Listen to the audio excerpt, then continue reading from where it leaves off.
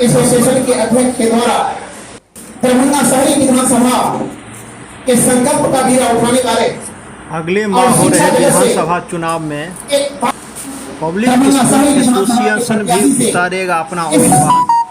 इसी क्रम में शुक्रवार को पब्लिक स्कूल एसोसिएशन के जिला उपाध्यक्ष शोएब खां अपने स्कूल परिसर में पत्रकारों को संबोधित करते हुए कहा कि दरभंगा सहित पूरे प्रदेश के 243 सीटों पर इस संगठन के द्वारा प्रत्याशी उतारा जाएगा। दरभंगा दर्शन की एक खास रिपोर्ट।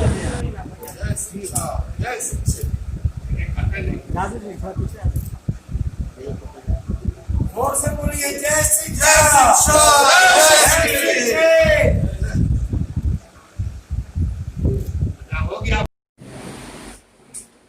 हिंदुस्तान के अंदर में जिस तरह से राजनीति डर्टी बिल्कुल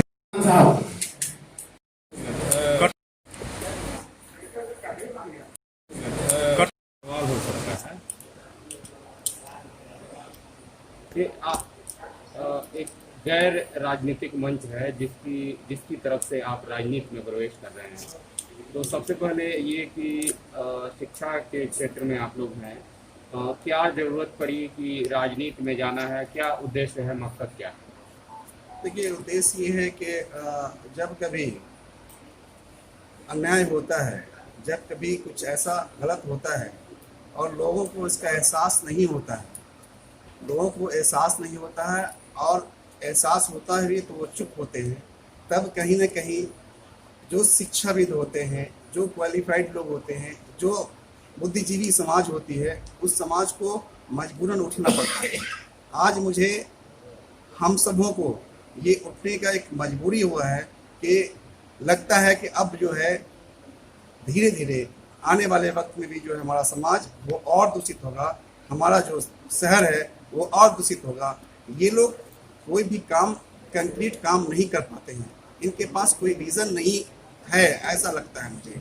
या अगर विज़न है भी तो इनकी जो अंदर का जो इनका सोच है वो लगता है कि कुछ गलत है। तो इन्हीं सब चीज़ों को सोचते हुए, समझते हुए कि हर लोगों को इंसाफ मिले, रोजगार युवाओं को मिले। आज युवाओं को एक तरह से छला जा रहा है। आप देख रहे हैं कि लोग लड़के इंजीनियरिंग कर करके बहुत सा टेक्निकल जो है वो सर्टिफिकेट लेकर के लोग घूम रहे हैं। बच्चे ग्रेजुएशन कर लिए हैं, उनको कहीं पर कोई जॉब नहीं है, कोई यहाँ पर जॉब का कोई माध्यम भी बनाया नहीं गया। यहाँ पर देख रहे हैं किसी तरह का कोई जिस तरह से उद्योग लगाना या कोई ऐसा इंस्टीट्यूशन खोलना या कोई बड़ी फैक्ट्रीज खोलना या कुछ भी ऐसा काम जो होना चाहिए जिससे रोजगार उत्पन्न हो, वो नहीं हो पा रहा है। तो हम लोगों को लगता है कि कहीं ना कहीं ये सब चीज़ें जो है अब बर्दाश्त के बाहर हो गया, लोग नहीं उठ पा रहे हैं। लोगों को एक तरह से उनको ऐसा माइंड डाइवर्ट कर दिया जाता है कि उसी में लोग घूमते रहते हैं। तो माइंड डाइवर्ट उन लोगों का किया जा सकता है जो नहीं समझ पा रहे हैं। लेकिन हम लोग कोई स्कूल के संचालक हैं, हम लोग शिक्षा देते हैं, हम लोग दिशा देते हैं। आज जो भी लोग हैं, चाहे आप हों, चाहे यहाँ के जो भी बड़ी पदाधिकारी हों या किसी भी मंच पर लोग बैठे हुए हैं, वो उनका शिक्षक का ही देन है, गुरु का ही देन है कि उस जगह पर है। लेकिन जहाँ पर जब गंदगी फैल जाती है तो गंदगी को साफ करने के लिए बड़े विद्वानों को आने की जरूरत है। आज़ादी की लड़ाई जब हुई थी तो उस वक्त में भी विद्वान ही आए थे, उस वक्त में भी शिक्षाविद ही आए थे। और शिक्षाविद जब आए तो हम लोग आज़ादी की लड़ाई लड़ी और हम लोग उसमें जीते। तो लड़ाई तो बहुत दिनों चल रही थी, लेकिन आना पड़ा एक प्लेटफॉर्म। तो आज एक मजबूरी है कि हम लोगों के एक प्लेटफॉर्म पर आकर के हम लोगों को ये लड़ाई लड़नी होगी उन माफियाओं के खिलाफ, उन गलत नीति वाले के खिलाफ, जो गलत सोच रखते हैं उनके खिलाफ, जो हमारे देश का जो दशा बना दिया है उनके खिलाफ हम लोग ये एक मुहिम छेड़ा है कि जितने भी हम लोग बुद्धिजीवी हैं, जितने भी शिक्षित समाज है, हम उनके पास जा रहे हैं और उनको एक सही रास्ता दिखाने के लिए हम लोग आए। मनसा हमारा यही है कि हम लोग राजनीति को छोड़ दीजिए, कि हम उस सदन में जाकर के अपनी आवाज़ उठाएं, उस सदन में जाकर के जो हमारी बात हो वो भी तौली नापी हो, वो भी तरीके की बात हो। देख रहे हैं कि सदन में क्या कुर्सियां तोड़ी जा रही है, माइक तोड़ा जा रहा है, कहीं ना कहीं कुछ ना कुछ गलत हो रहा है जिसकी वजह से लोग उग्र हो रहे हैं। आप बलात्कार को देख लीजिए, आज बलात्कार होने का जो देख रहे हैं आप लोग किस तरह से बलात्कार हो रहा है। इतना लंबा नहीं जाएंगे क्योंकि नेशनल मीडिया भी लड़ रहे हैं। हमारा दल अभी कुछ नहीं है, हम एसोसिएशन के बैनर के नीचे हैं। हमारा ये संगठन है और संगठन ने ये डिसीजन लिया है, हम संगठन के डिसीजन पर काम करें। तो क्या क्या डिसीजन है संगठन का? ये हमारा है Bihar public school association. Public school association जो है, हम लोग पूरा 243 सीटों पर लड़ रहे हैं। अभी सिंबल नहीं मिला है, चूंकि हम लोगों ने पार्टी हम लोग की रजिस्टर्ड नहीं हुई है। उसका सिंबल जो है हर लोगों को चुनाव आयोग जो है जिस तरह से सिंबल इंडिपेंडेंट को मिलता है उस तरह से मिलेगा। उसी से देखेंगे जी। देखिए, यहाँ पर राजनीति जो होगी वो उसके अंदर में पवित्रता हो। राजनीति तो होना भी चाहिए, राजनीति तो सबों को करनी चाहिए। आज जो बड़े बड़े मौलाना हैं उनको भी राजनीति करना चाहिए और पंडितों को भी करना चाहिए।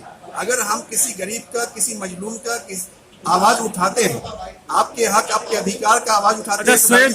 शोएब जी, मेरा ये सवाल है कि आपने घोषणा पत्र भी जारी कर दिया, आपका पार्टी भी रजिस्टर्ड नहीं हुआ है और पूरे 243 विधानसभा क्षेत्र में आप चुनाव भी लड़ेंगे, तो किस आधार पर आप चुनाव लड़ेंगे? पार्टी ऑलरेडी रजिस्टर्ड हो गया, लेट से हुआ है, सिंबल नहीं मिला।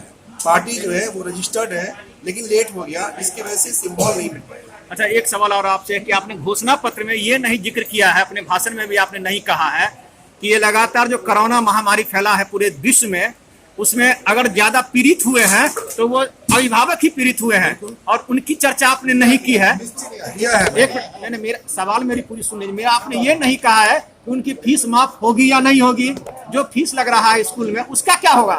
देखिए, हर स्कूल वाले अपने अपने हिसाब से जो सक्षम गार्जियन है वो फीस दे ही रहे हैं। चूंकि उनके पीछे स्कूल को फीस नहीं दीजिएगा तो उनके पीछे 100 150 जो लोग हैं, जो टीचर्स हैं, उनका क्या होगा? वो कहाँ से देगा? सरकारी स्कूल के टीचर, देखिए दो पक्ष में, दोनों तरफ बात किया जाए। सरकारी स्कूल भी उसी टाइम से बंद है और प्राइवेट स्कूल भी उसी टाइम से बंद है। सरकारी टीचर को पूरा फुल पेमेंट मिल रहा है, सरकार के पास धन दे रही है, लेकिन पब्लिक स्कूल वाला अपना घर, अपना जमीन बेच के कहाँ से दे पाएगा? तो हम लोग गार्जियन जो सक्षम है वो दे रहे हैं। जो किसी तरह का परेशानी है तो हम लोग जालिम नहीं है, उनको हम लोगों ने डिबेट दिया है कि नहीं ठीक है, हम लोग उसको टोकने नहीं गए।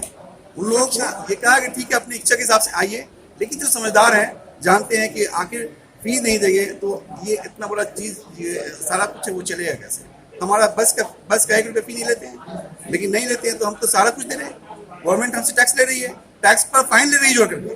तो ये गवर्नमेंट इस तरह से, गवर्नमेंट ने तो हम लोगों के लिए थोड़ा सा एक जरा सा बोलते हैं दबे जवान से भी नहीं बोला कि आपके पास जो इतने लोग हैं, इतने जो कर्मी हैं जो काम कर रहे हैं, उसका पैसा कहाँ से आएगा? कोई पैकेज नहीं बनाया। हमने तो इसमें घोषणा किया है कि आइंदा अगर इस तरह का ऊपर वाला न करे कि ऐसा हो, अगर ऐसा होता है तो अभिभावकों के लिए स्पेशल पैकेज हमारी सरकार बनती है, स्कूलों को दिया जाएगा ताकि अभिभावकों का जो फी है, उनका जो मामला है बिल्कुल माफ हो।